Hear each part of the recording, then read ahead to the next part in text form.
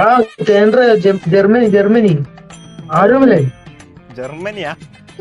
നിനക്ക് എങ്ങനെയാണ് കൺട്രി ഒക്കെ മനസ്സിലാവണേ? വേണ്ടായിരുന്നു. എല്ലാത്തിനും കാരണം വലിയ സീ ട്രാക്കറാ. അവന്റെ കൊച്ചിന്റെ മനസ്സ് വിഷമിച്ചിട്ട് മറ്റേ സാധനം ഇല്ലേ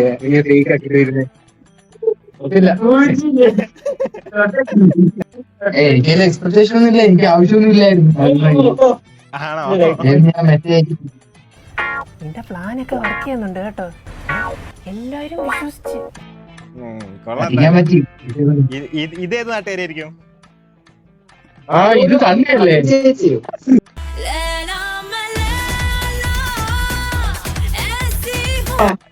യൂട്യൂബ്.